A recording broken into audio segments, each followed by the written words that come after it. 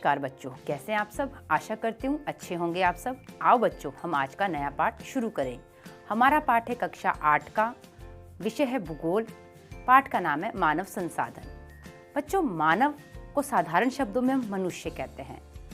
आपने पढ़ा था प्राकृतिक संसाधनों के बारे में कि भूमि, जल, ये सभी प्राकृतिक संसाधन हैं, पर इनका उपयोग तो मानव करता है और वो ये उपयोग अपने भले के लिए भी करता है और अपने देश के भले के लिए भी व समाज के भले के लिए भी।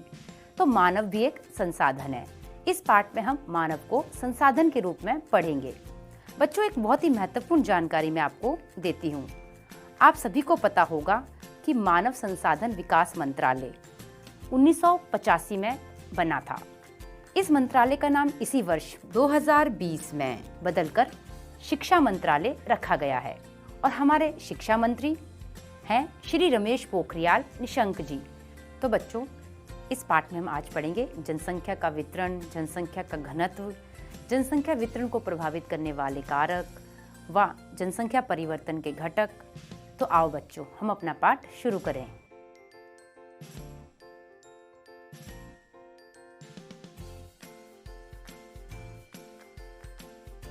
बच्चों, लोग ही एक राष्ट्र के सबसे बड़े संसाधन होते हैं। प्रकृति की देन केवल उस समय महत्वपूर्ण होती है जब वे लोगों के लिए उपयोगी होती है। लोग अपनी आवश्यकताओं और योग्यताओं से उसे संसाधन में परिवर्तित कर देते हैं। इस प्रकार मानव संसाधन ही अंतिम संसाधन है।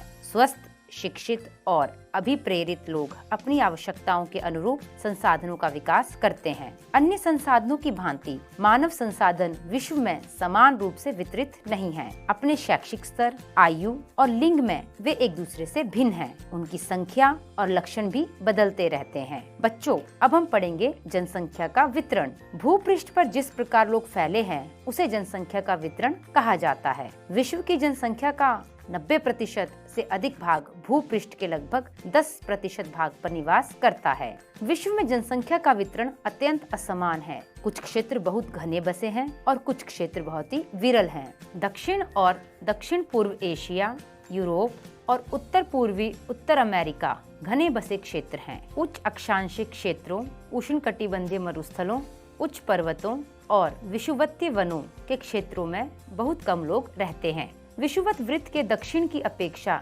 विषुवतीय वृत्त के उत्तर में अधिक लोग रहते हैं। विश्व की कुल जनसंख्या के लगभग 3/4 लोग 2 महाद्वीपों एशिया और अफ्रीका में रहते हैं। बच्चों, इस चित्र को देखो।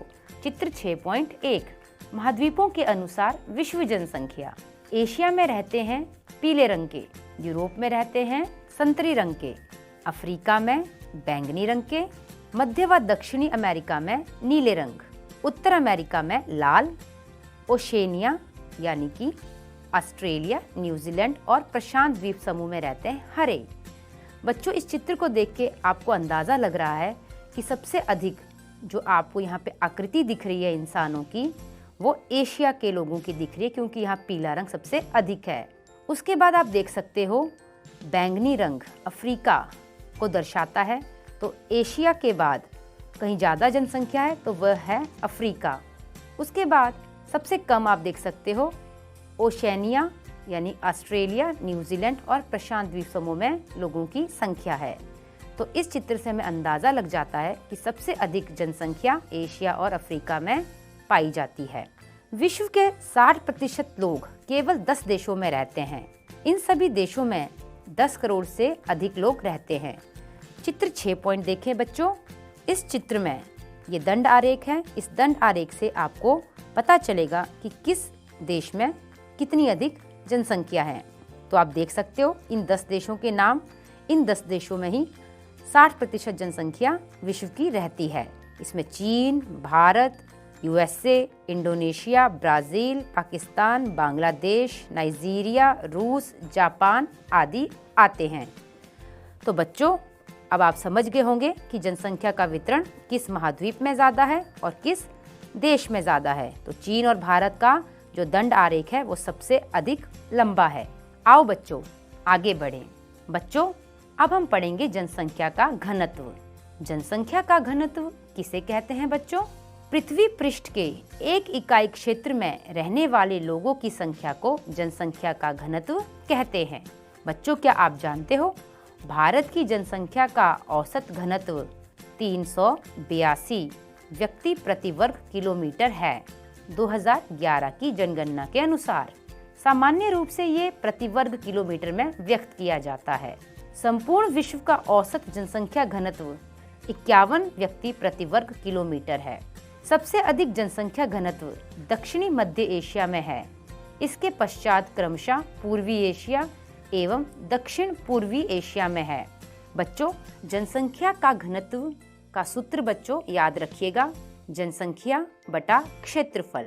बच्चों, मैं आपको दो बच्चों की बातचीत बताती हूँ। इस चित्र में देखो बच्चों, ये लड़का कह रहा है जब कक्षा में पूरे 30 विद्यार्थी उपस्थित होते हैं तब हमारी कक्षा बहुत भरी हुई दिखती है, लेकिन जब यही विद्यार्थी स्कूल के सभा भवन में बैठते हैं तब वे कक्ष खुला और खाली दिखाई पड़ता है। क्यों बच्चों? अब लड़की क्या कहती है सुने। वो कहती है क्योंकि सभा भवन का आकार या क्षेत्र कक्षा से बड़ा होता है, लेकिन जब स्कूल के सभी विद्यार्थी सभा भवन में आ जाते हैं तब सभा भवन भी भरा हुआ दिखने लगता है। तो इस उदाहरण से आपको जनसंख्या का घनत्व समझ आ गया होगा कि संख्या वही है, बस कमरा जब कक्ष जो था उसका आकार छोटा था तब वहाँ पे विद्यार्थियों की संख्या ज्यादा लगती थी। वही जब कक्ष या कमरा बड़ा हो जाता है तो उन्हीं संख्या को हमें वो विद्यार्थी कम दिखाई देते हैं। तो बच्चों, अगर कक्ष बड़ा हो जाए और विद्यार्थियों की संख्या उतनी ही रहे तो वह भवन या कक्ष हमें बड़ा दिखाई देता है या भरा हुआ दिखाई नहीं देता। तो आप समझ गए होंगे इस उदाहरण से कि जनसंख्या का घनत्व क्या होता है। आओ बच्चों आगे बढ़ें। जनसंख्या वितरण को प्रभावित करने वाले कारक। बच्चों, आपको अभी बताया मैंने कि जनसंख्या कहीं ज्यादा है, किसी देश में कम है, तो उसके पीछे वजह क्या है, क्या कारण है? वही होते हैं जनसंख्या वितरण को प्रभावित करने वाले कारक। तो इन्हें हमने दो प्रमुख भागों में बांटा है, भौगोलिक कारक व सामाजिक, सांस्कृतिक और आर्थिक कारक। सबसे पहले हम बात करेंगे भौगोलिक कारक की। भौगोलिक कारक के अंतर्गत 5 कारक आते हैं: स्थलाकृति, जलवायु, मृदा, जल व खनिज।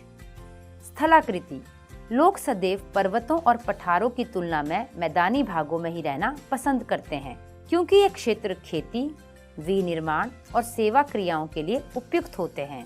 गंगा के मैदान विश्व के सबसे अधिक घने बसे क्षेत्र हैं, जबकि एंडीज, आल्प्स और हिमालय जैसे पर्वत विरल बसे हुए हैं।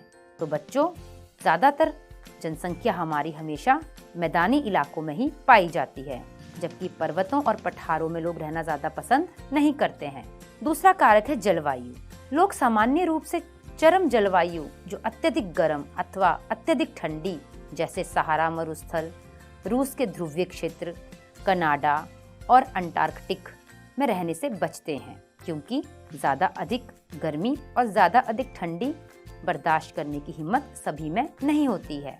अगला है मृदा। उपजाऊ मृदाएं कृषि के लिए उपयुक्त भूमि प्रदान करती हैं। भारत में गंगा और ब्रह्मपुत्र, चीन में हवांग ही, चांगजियांग तथा मिस्र में नील नदी के उपजाऊ मैदान घने बसे हुए क्षेत्र हैं। तो जहाँ मिट्टी उपजाऊ होगी वहाँ जनसंख्या रहना अधिक पसंद करेगी, क्योंकि वहाँ कृषि अच्छी होगी। अगला है जल। लोग उन क्षेत्रों में रहने को प्राथमिकता देते हैं जहाँ अलवणीय जल। अलवणीय जल किसे कहते हैं बच्चों? जिसे हम साधारण भाषा में कह सकते हैं पीने योग्य पानी, जो हमें नदियों से, तालाबों से, झीलों से मिलता है, जिसमें नमक की मात्रा नहीं होती है, आसानी से उपलब्ध होता है। विश्व की नदी घाटियां घने बसे क्षेत्र हैं, जबकि मरुस्थल विरल जनसंख्या वाले हैं। तो बच्चों, आपने देखा कि मरुस्थल वाले इलाकों में जनसंख्या कम रहती है, क्योंकि वहाँ पानी उपलब्ध नहीं है। अगला है खनिज। खनिज निक्षेपों वाले क्षेत्र अधिक बसे हुए हैं। दक्षिणी अफ्रीका के हीरो की खानें और मध्य पूर्व में तेल की खोज ने इन क्षेत्रों में लोगों को रहने के लिए प्रेरित किया है। तो बच्चों, जहाँ खनिज मिलते हैं लोग वहाँ रहना पसंद करते हैं, और जहाँ खनिज नहीं मिलते हैं वहाँ जनसंख्या कम रहती है। ये थे हमारे भौगोलिक कारक। अब हम बात करेंगे हमारे सामाजिक, सांस्कृतिक और आर्थिक कारक की। बच्चों, सामाजिक कारक अच्छे आवास, शिक्षा और स्वास्थ्य सुविधाओं के क्षेत्र अत्यधिक घने बसे हैं। उदाहरण के लिए पुणे, आप सबको पता है, जहाँ पर ये सब सुविधाएं मिलेंगी वहाँ लोग रहना पसंद करते हैं। अगला है सांस्कृतिक कारक। धर्म और सांस्कृतिक महत्ता वाले स्थान लोगों को आकर्षित करते हैं। वाराणसी, यरूशलेम और वेटिकन सिटी इसके कुछ उदाहरण हैं। अगला है आर्थिक कारक। औद्योगिक क्षेत्र रोजगार के अवसर प्रदान करते हैं। लोग बड़ी संख्या में इन क्षेत्रों की ओर आकर्षित होते हैं। जापान में ओसाका और भारत में मुंबई 2 घने बसे क्षेत्र हैं, क्योंकि बच्चों यहाँ पर इनको रोजगार मिलता है, पैसे कमाने का साधन मिलता है और लोग यहाँ रहना इसीलिए पसंद करते हैं। तो बच्चों, अब हम बात करते हैं हमारे अगले उपविषय की, जनसंख्या परिवर्तन। जनसंख्या परिवर्तन से तात्पर्य एक निश्चित अवधि के दौरान लोगों की संख्या में परिवर्तन से है। ऐसा वास्तव में जन्म और मृत्यु की संख्या में परिवर्तन के कारण हुआ है। मानव इतिहास की लंबी अवधि में सन 1800 तक विश्व की जनसंख्या धीरे धीरे बढ़ी। बड़ी संख्या में बच्चे जन्म लेते थे, लेकिन शीघ्र ही उनकी मृत्यु भी हो जाती थी। ऐसा क्यों होता था बच्चों? ऐसा इसलिए था क्योंकि वहाँ उचित स्वास्थ्य सुविधाएं नहीं थी। सभी लोगों के लिए पर्याप्त भोजन उपलब्ध नहीं था। इसके परिणाम स्वरूप जनसंख्या में वृद्धि बहुत कम थी। सन 1820 में विश्व की जनसंख्या 1 अरब हो गई थी। 150 वर्षों में 1970 के प्रारंभ में विश्व की जनसंख्या 3 अरब पहुंच गई।